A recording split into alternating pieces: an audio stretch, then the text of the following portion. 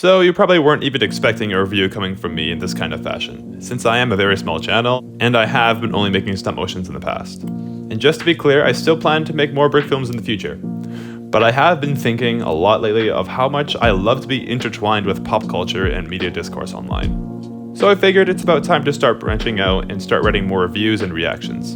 This is simply because I love talking about art, whether it's good or bad, or ugly, honestly. Obviously, everyone is inclined to their own opinion, of course, and art, by its own definition, is very subjective. And what better movie to start talking about rather than Joker Folie à Deux, or as most people call it, just Joker 2. And a lot of people have opinions on this movie, and lucky for you, so do I. So me myself being a longtime superhero fan, Marvel fan, DC fan, all the above, I watched the first Joker movie starring Joaquin Phoenix back in 2019. And just like mostly everyone, I really liked it. It's an incredible character study of a man beaten down his whole life physically and emotionally. The story was also told through a very unique perspective of the director Todd Phillips. Constantly throughout the first film, we see that the main character, Arthur Fleck, makes crazy choices that spiral his humanity and identity into becoming the Joker. And I thought that the story was conveyed very well in the first perspective of how Arthur saw his life. It was depressing, and it was sad seeing a man trying to do his best in life despite the cards he was dealt with. That's a Joker pun. To me personally, the first Joker movie has always been about a character study about Arthur. Not necessarily the Joker, or at least the Joker we know him to be in the modern era. That seemed always very clear to me from the very start that this interpretation of the character is a modern retelling, so to speak. And that brings me to my official thoughts on its sequel, that just came out recently actually, at the time of recording this video. And guys, I gotta be honest, I really love it. And apparently no one else does. Now don't get me wrong, I understand where people are coming from when everyone says they regressed the character from Joker back to being Arthur Fleck again. Or it's like the director didn't like the first movie, so he basically retold it again in another way. There is more complaints, but those are the main biggest issues with why audiences are not fond of the sequel. But this is where I gotta step in and give my defense on all these points in a concise manner.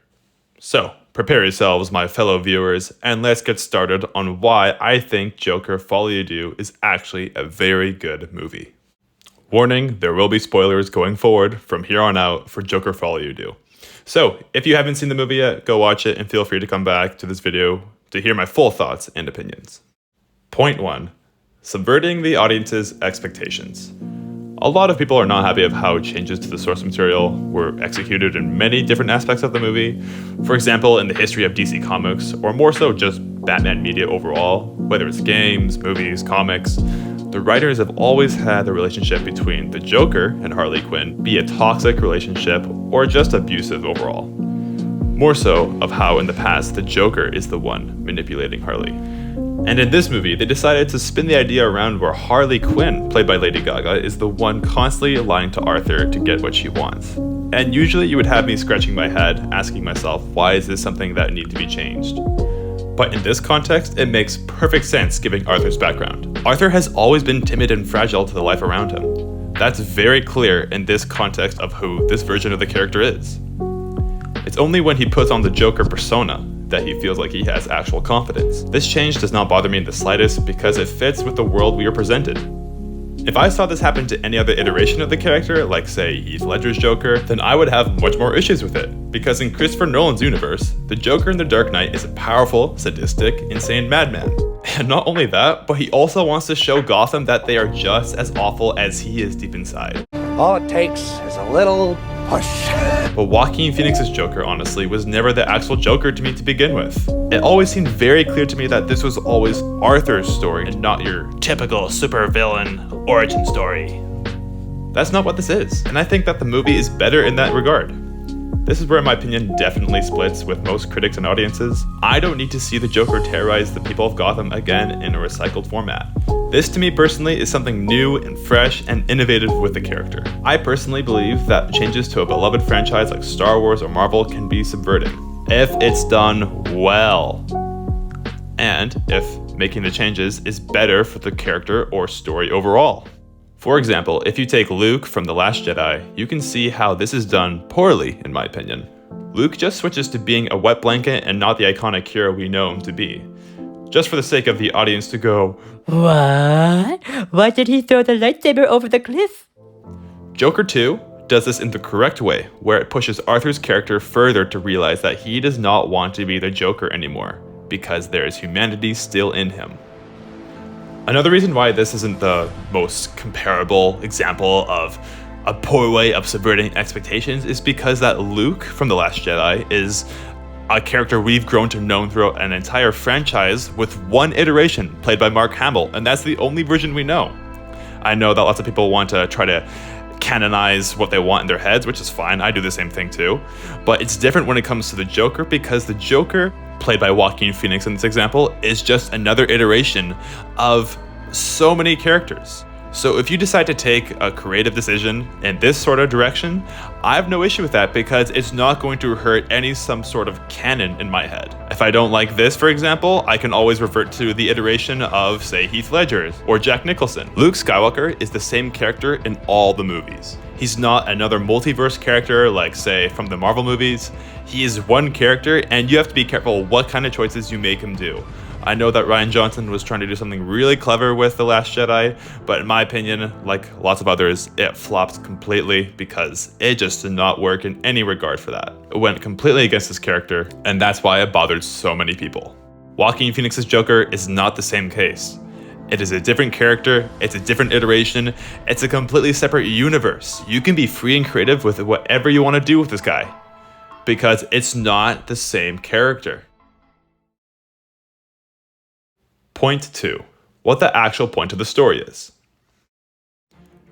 This story is simply about one thing, and that's identity. Whereas in the first movie tackled much more on the themes of mental illness, social inequality, and the consequences of social neglect. Both themes from each movie branch off, each in their own unique ways. The theme of identity is closely intertwined with the overall theme of the first Joker movie. Arthur Fleck's struggle with his own identity is a central aspect of the film. Throughout the movie, Arthur grapples with his sense of self, trying to understand who he is and where he belongs in a society that constantly rejects and marginalizes him. As Arthur transforms into the Joker, his identity becomes increasingly fractured and distorted. He adopts a new persona that is both a rejection of his former self and a manifestation of his inner turmoil and rage. The Joker persona allows Arthur to embrace chaos and violence, giving him a sense of power and agency that he lacked as Arthur Fleck. The first film explores the idea of how external forces and societal pressures can shape and influence one's identity, pushing individuals to adopt new personas or masks as a means of survival or self-protection.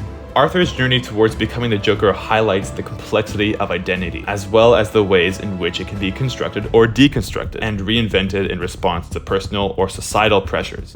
Joker 2 sets up the premise of the Joker not being a person, but more so of being an idea.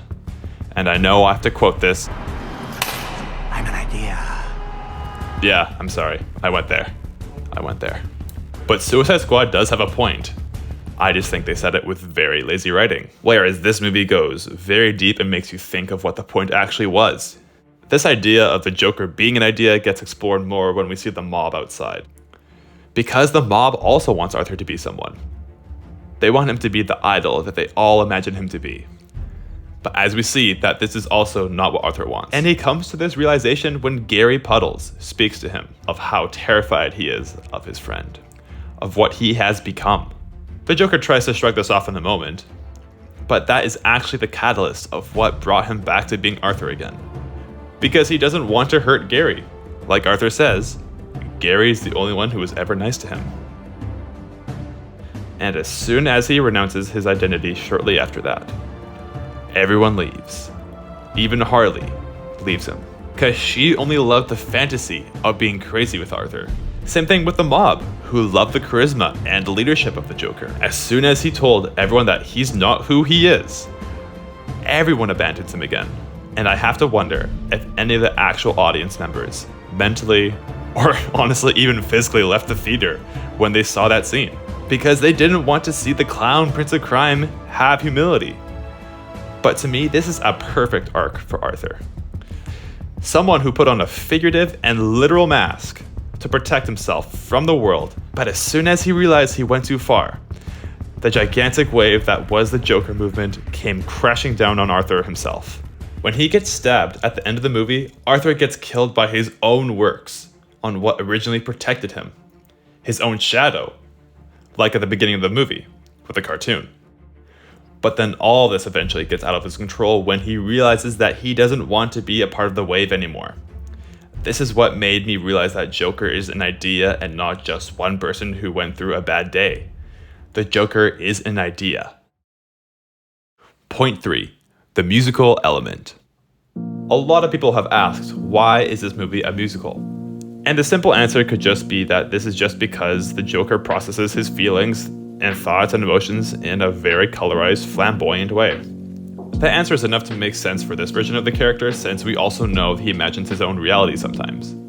Like when he imagined he had a relationship with his neighbor in the first movie.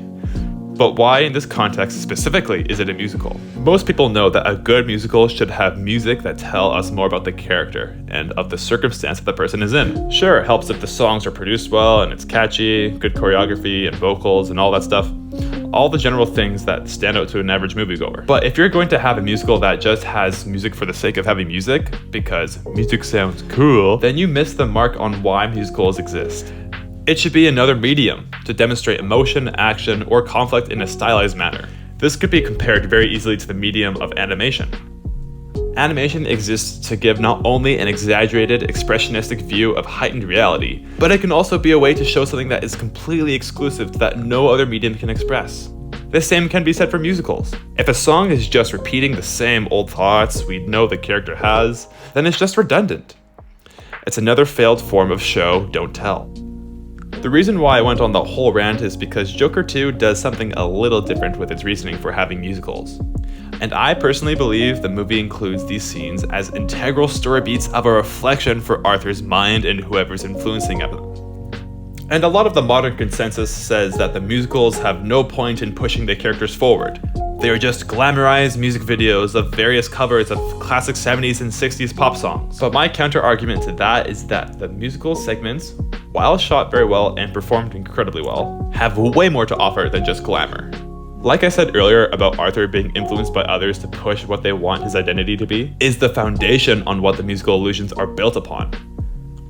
If, for example, Joker got inspired by Harley Quinn to be mischievous or crazy, then there would be a musical number to reflect what is going through Arthur's head, because in that moment, that's all that matters to him. Arthur thinks he found the person in his life that makes him feel like a somebody and not a nobody. Just imagine if the movie decided to have no musical scenes in general.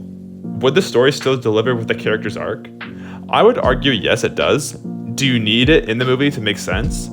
No, not necessarily, but when I see a movie like Joker for All You Do tackle musical elements, not only does it fit with the style of the character, but it also gives a stylized emphasis on what is happening in these character building scenes. Like the scene where Harley sets the building on fire, and Arthur and Harley have a full-on song together while trying to escape. Is that needed? I would argue it isn't, but I look at this in the same way as a long fight scene from a modern-day action movie. Is there a point at a long epic fight scene?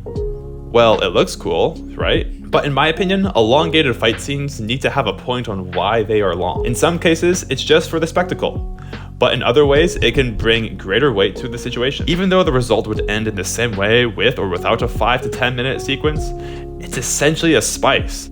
Overall, I really respect and honestly love Joker 2. The flaws in many people's eyes, aka the writing, I see as really interesting changes that will get people talking. And not just talking in the sense where something is relevant for a short while but then fades into the pop culture void. I think it's a testament of a film to show the creative decisions it wanted to take. Now, whether those choices paid off in the long run, I think it's safe to say it didn't for most people. And I can see why. But for me personally, I think Joker for All You Do is amazing. I'm actually really curious what people will think of this first review of mine, and whether if there's actually a few out there who agree with me. If not, that's okay. And like I said, art is subjective. Or maybe I'm just a freak. But anyways guys, thanks for watching this video. And don't forget to like and subscribe if you like what I have to say. Until then, I will see you guys next time.